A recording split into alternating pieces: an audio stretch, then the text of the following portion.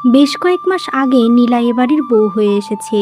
তার স্বামী কাজের জন্য অন্য শহরে থাকে। এ বাড়িতে নীলাকে তার স্বামী ছাড়া কেউ পছন্দ করত না, কারণ সে ছিল অনেক কালো, আর তার বড় যা ছিল অনেক সুন্দরী আর ফর্সা। তার শাশুড়ি মিনা বেগম সবসময় নীলাকে অপমান করত। এমনভাবেই নীলার দিন কাটতে থাকে। একদিন,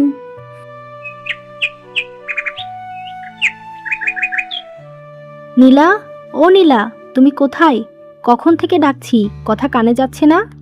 হ্যাঁ আপা, বলেন কি হয়েছে? আসলে আমি রান্নাঘরে কাজ করছিলাম, তাই শুনতে পাইনি। তুমি এত বাহানা পাও কোথা থেকে? হ্যাঁ, তোমাকে বলেছি না ঘর বাড়ি সব পরিষ্কার করতে? এখনো পরিষ্কার হয়নি কেন? নাকি নিজের রূপের মতো এই ঘরটাকে নোংরা করে রাখতে চাইছো? আপা, আমি তো ঘর পরিষ্কার করেই রেখেছি। বাইরে অনেক ধুলো তো, বাতাসে উড়ে ঘরে চলে আসছে। আমি আবার পরিষ্কার করে দিচ্ছি। শোনো, একদম মুখে মুখে তর্ক করবে না। এ বাড়িতে আমি যা বলি তাই হয়। তাই যদি আমি তোমাকে 100 বার ঘর পরিষ্কার করতে বলি, তাহলে সেটাই করবে। যাও এবার, তোমার সাথে কথা বলতে ইচ্ছাই করে না। তোমার কালো মুখটা দেখলেই আমার দিনটা খারাপ যায়। এসব বলে সুমি চলে যায় আর নীলা কাঁদতে থাকে। আমাকে কেন সবাই এত খারাপভাবে অপমান করে? আমার কি দোষ? বিধাতা আমাকে এমন রূপ দিয়েছে, এতে কি আমার কোনো হাত আছে? হে বিধাতা, তুমি কেন আমাকে একটু সুন্দর করে বানালে না? তাহলে তো এত অপমান সহ্য করতে হতো না আমাকে। বিয়ের আগে মা বাবা ছাড়া সবাই অপমান করত, আর এখন এ বাড়িতে অপমানিত হতে হয়। এমনভাবে নীলা কাঁদতে থাকে। কিছুক্ষণ পর নীলা আবার ঘরগুলো পরিষ্কার করতে লাগে। এমন সময় সেখানে নীলার ননদ রিয়া বাইরে থেকে ঘরে ঢোকে। এ কি রিয়া, তুমি এভাবে জুতো পরে ঘরের ভেতরে ঢুকে এলে কেন? আমি তো এইমাত্র ঘরটা পরিষ্কার করলাম। তো কি হয়েছে, আবার পরিষ্কার করো। কিন্তু তোমার কি করে এত সাহস হয় আমার সাথে এভাবে কথা বলার? এটা আমার বাড়ি, তাই আমার যা ইচ্ছা আমি তাই করব। না হলে মাকে বললে তোমার কি হবে জানো তো? ডাকবো কি মাকে? না না রিয়া, এমনটা করো না। তুমি ঘরে যাও, আমি আবার জায়গাটা পরিষ্কার করে নেব। আজকের মতো ছেড়ে দিলাম, আর কখনো এমন করলে সেদিন আর ছাড়া হবে না। এই বলে রিয়া ঘরে চলে যায় আর নীলা আবার ঘর মুছতে থাকে। এমনভাবেই নীলাকে সবাই মিলে অত্যাচার করত, একই কাজ বারবার করাতো। এমনই একদিন, এসব কি রান্না করেছো? একদমই তো খাওয়া যাচ্ছে না। রান্না করার সময় কি অন্য কারো কথা মনে করো নাকি? শুধু শুধু এতগুলো টাকার জিনিস নষ্ট হলো। কি বলছেন মা? আমি তো মন দিয়েই রান্না করেছি, সব তো ঠিকই ছিল। কিন্তু আপনার কাছে যে কেন ভালো লাগছে না বুঝতে পারছি না। তুমি কি বলতে চাইছো? তার মানে কি আমি মিথ্যা বলছি? এত সাহস কি করে পাও তুমি? তোমার এই পোড়া মুখের মতো খাবারটাও আজ পুড়ে গেছে। কি দেখে যে আমার ছেলে তোমাকে বিয়ে করেছে? রূপ তো নেই, গুণও নেই। আমার যেমন খাওয়া হলো না, ঠিক তেমনভাবে আজ সারাদিন তুমি কোনো খাবার পাবে না।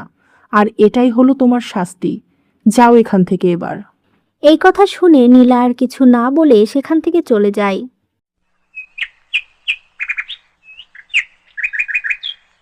শোনেন মা, যেভাবেই হোক এই সুযোগে এই কালো ডাইনিকে এ বাড়ি থেকে বের করতে হবে। না হলে একবার আকাশ বাড়িতে চলে আসলে আর পারবেন না। ওর জন্য আমার মান সম্মান থাকছে না। আমি কত সুন্দর, আমার পাশে কি ওই কালীকে মানায়? তুমি একদম ঠিক বলেছ বৌমা। আমি খুব তাড়াতাড়ি ওকে এ বাড়ি থেকে বের করার ব্যবস্থা করব। আর তুমিও কিছু বুদ্ধি বের করো। ওকে আমার আর দেখতে ইচ্ছা করে না। ওই কালীকে তাড়িয়ে আমার আকাশকে আমি তোমার মতো সুন্দরী দেখে বিয়ে করাবো। তখনই আমার শান্তি। এভাবেই তারা দুজনে কথা বলতে থাকে। এমন করেই কিছুদিন কেটে যায়। মা, দেখুন না, আমার একটা দামি গহনা হারিয়ে গেছে, কোথাও পাচ্ছি না। আজ মায়ের বাড়ি পড়ে যাব বলে ভাবছিলাম। কে চুরি করলো এটা? জানেন, আজ সকালেই নীলা আমার ঘরে গিয়েছিল। আপা, আপনি কি বলছেন? আমি তো আপনার ঘরে প্রতিদিনই যাই আপনার ঘর পরিষ্কার করতে। আজ নতুন কি? শুধু শুধু কেন অপবাদ দিচ্ছেন? দেখেছেন মা, আমি কি ওকে বলেছি যে ও নিয়েছে? আসলে যে চুরি করে তার সব সময় ভয় করে। আর শোনো, তুমি যে আর কিছু চুরি করনি তার কি প্রমাণ আছে? আজ যদি আমি গহনাটা পরতে না চাইতাম তাহলে তো বুঝতেই পারতাম না। আসলে তুমি খুব চালাক। মা, আমার মনে হয় এই কালই চুরি করেছে। ওর ঘর খুঁজে দেখুন। ঠিক আছে বৌমা, চলো। নীলার ঘর আমি খুঁজে দেখব। যদি ওর ঘরে গহনা পাওয়া যায় তাহলে আজই এ বাড়িতে ওর শেষ দিন। এই বলে তারা সবাই নীলার ঘরে যায় আর সুমি নীলার ঘরে খুঁজতে থাকে। কিছুক্ষণ পর গহনাটা তারা পেয়ে যায়। এই দেখুন মা, আমার সেই গহনা। এটা ও বালিশের নিচে রেখেছিল। আসল চোর এই নীলা। আসলে গরিব ঘরের মেয়ে তো, তাই হয়তো চুরি করে মায়ের বাড়ি পাঠিয়েছে। কি বলছেন আপা? আমি কেন এমনটা করব? মানলাম আপনারা আমাকে পছন্দ করেন না, তাই বলে আমাকে এত বড় অপবাদ দিচ্ছেন। কি ক্ষতি করেছি আপনাদের? একদম চুপ, আর একটাও কথা বলবে না। তুমি এই মুহূর্তেই বাড়ি থেকে বের হয়ে যাও, না হলে মেরে তারপর বের করে দেব। চোর কোথাকার, আবার বড় বড় কথা বলছে। এসব কথা আকাশ জানলে তোমাকে একদম ডিভোর্স দিয়ে দেবে, বুঝেছো? এমনিতেই তো রূপ নেই, আবার চোর। এমনভাবেই তারা সবাই নীলাকে অপমান করে বাড়ি থেকে বের করে দেয়। ঠিক তখনই সেখানে আকাশ আসে। কি হচ্ছে কি এসব? তোমরা নীলাকে বাড়ি থেকে কেন বের করে দিচ্ছ? নীলা, কি হয়েছে? কাঁদছো কেন তুমি? আকাশকে দেখে নীলা কাঁদতে কাঁদতে সবকিছু তাকে বলে। বিশ্বাস করো, আমি এসব কিছুই করিনি। মা আর ভাবি আমাকে প্রথম থেকেই পছন্দ করে না, তাই তারা এমনটা করেছে আমার সাথে। আমি আমার মা বাবার নাম করে বলছি, আমি এটা করিনি। আমি তোমাকে বিশ্বাস করি নীলা, তুমি কখনোই এমনটা করবে না। আর এটাও জানি যে তোমাকে মা আর ভাবি পছন্দ করে না, তাই তো কাউকে না জানিয়ে বাড়ি আসলাম। শোনো, তোমরা হয়তো ভুলে গেছো এই সব সম্পত্তি আমার, তোমাদের এসবের ওপর কোনো অধিকার নেই। আর এই সম্পত্তির অর্ধেক আমি নীলার নামে করে দিয়েছি, তাই ও এই বাড়ির মালিক। ওকে বের করে দেওয়ার কারো অধিকার নেই। বাবা আকাশ, তুই কিন্তু আমাদের ভুল বুঝছিস। তুই তোর মাকে বিশ্বাস করছিস না। এই নীলা তোকে মিথ্যা বলছে। হ্যাঁ ভাই, তুমি আমাদের বিশ্বাস করো, এই গহনা ওর ঘরেই পাওয়া গেছে। আর তুমিই বা কি করে এই মেয়েকে সম্পত্তি লিখে দিলে? ও কি এসবের যোগ্য? ঘর থেকে পাওয়া গেলেই কি সে চোর হয়ে যায় ভাবি? আর আমি কাকে সম্পত্তি দেব সেটা আমার বিষয়। তোমরা যদি আর কখনো নীলার সাথে খারাপ আচরণ করো, ওকে কষ্ট দাও, তাহলে তোমাদের আমি এই বাড়ি থেকে বের করে দিতে বাধ্য হব। সেটা মনে রেখেই তোমরা চলো।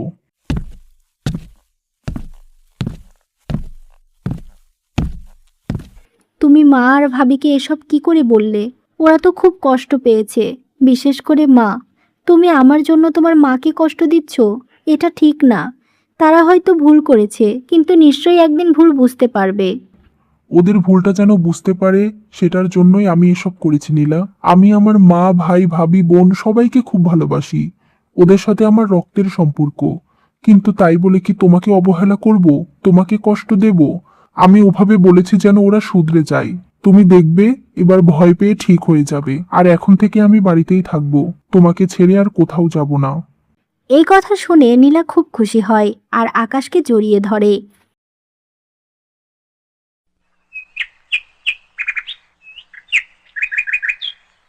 মায়া, এই নাও, তোমার জন্য আমি পছন্দ করে একটা শাড়ি নিয়ে এসেছি।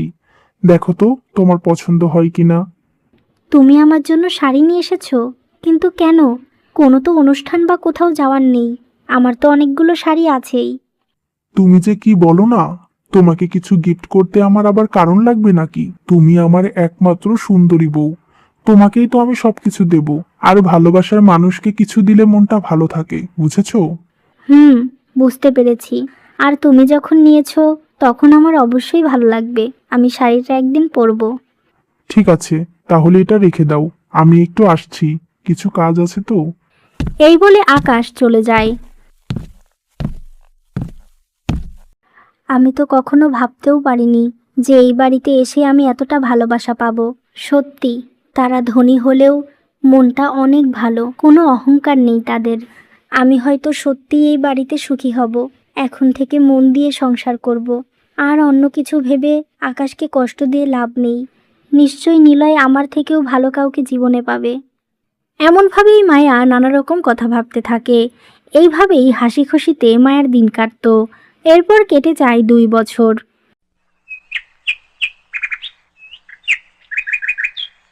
শোনো না, তোমাকে একটা কথা বলতে চাই।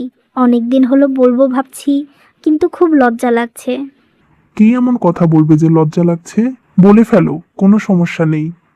আসলে আমাদের মনে হয় এখন বেবি নেওয়া উচিত। 2 বছর তো হয়ে গেল। এখন বাড়িতে একটা ছোট বেবি আসলে খুব ভালো লাগবে। মা বাবাও খুশি হবে, আর আমারও না খুব ইচ্ছে করে। শোনো মায়া, ইচ্ছে দিয়ে কিছু হয় না। বেবি নিতে চাইলেই কি নেওয়া যায়? এখন আমি এসব প্যারা নিতে চাই না। জীবনটা তো এনজয় করাই হলো না আমার। আর তুমি বলছো বেবি নিতে? আমি এসবের জন্য প্রস্তুত নই। তাই তুমিও এসব মাথা থেকে ঝেড়ে ফেলো। তুমি এমন করে বলছো কেন? বেবি নিলে কি সমস্যা? তোমার এখন বিয়ে হয়ে গেছে। বিয়ের পর নিজের সংসার, পরিবার, সন্তান নিয়ে এনজয় করতে হয়। আর এটাই হলো শান্তি। তুমি কি এখন আমাকে জ্ঞান দেবে মায়া? তোমাকে কিছু বলি না বলে এত মাথায় উঠো না। যদি আমার রাগ হয়ে যায় তাহলে কি হবে তুমি বুঝতেও পারবে না। আমি এখন বেবি নিতে চাই না, এটাই হলো শেষ কথা।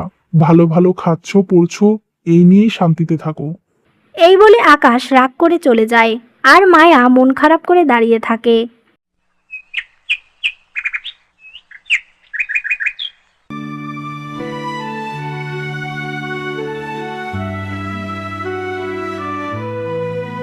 এ কি, এটা তো মায়ের হাজবেন্ড।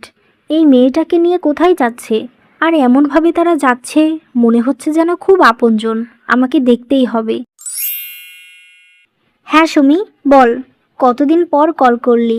তোর তো কোনো খোঁজ খবরই পাওয়া যায় না। ভালো আছিস তো? আমার কথা পরে হবে, আগে তুই একটা কথা শোন। আমি আকাশ ভাইয়াকে দেখলাম একটা মেয়েকে নিয়ে বড়বাজারের হোটেলে ঢুকলো। আমি অনেকক্ষণ তাদের ফলো করে এটা দেখেছি। এমন ক্লোজ হয়েছিল, মনে হচ্ছিল যেন সেই মেয়েটিই তার বউ। এই কথা শুনে মায়ের মাথার উপরে যেন আকাশ ভেঙে পড়ে। সে কি বলবে বুঝতে পারে না। ঠিক আছে সুমি, তুই রাখ। আমি এখন কোনো কথা বলতে চাই না। তোর সাথে পরে কথা বলছি। এই বলে মায়া ফোন রেখে দিয়ে অনেক কাঁদতে থাকে আর আকাশের জন্য অপেক্ষা করে।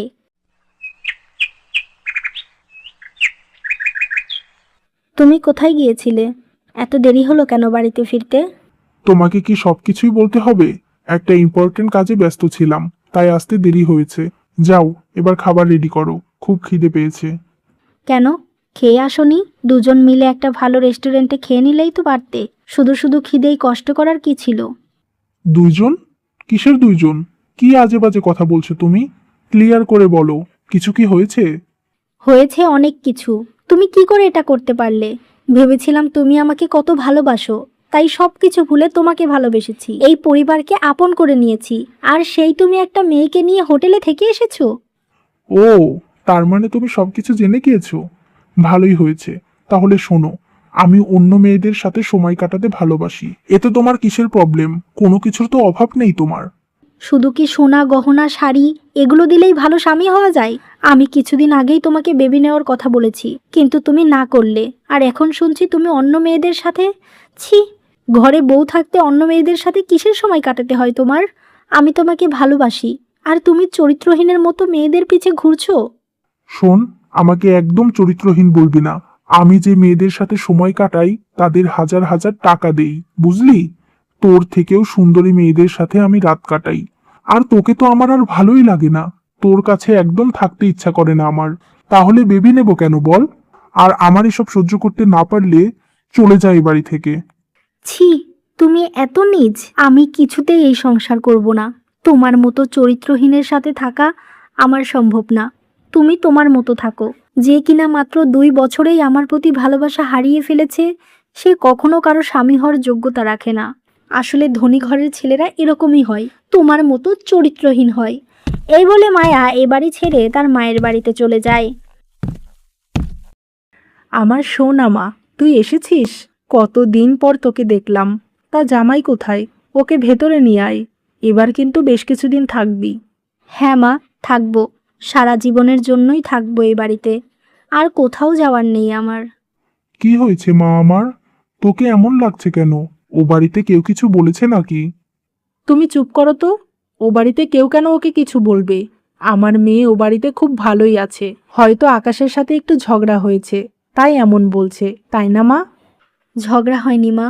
তোমার ধনী ঘরের জামাইয়ের আর এখন আমাকে পছন্দ না, তাই সে অন্য মেয়েকে নিয়ে রাত কাটায়। তুমি বলো, এবার কি করে ওই সংসার করব? আমাকে বলেছে এইগুলো সব সহ্য করে থাকতে। কি? ওই ছেলের এত সাহস আমার মেয়েকে এসব বলে? ওকে আমি পুলিশে দেব। শোন মা, তোর ওই চরিত্রহীন ছেলের সাথে থাকতে হবে না। তুই ওকে ডিভোর্স দিয়ে দে। আমার জন্য আর তোমাকে কিছুই করতে হবে না মা।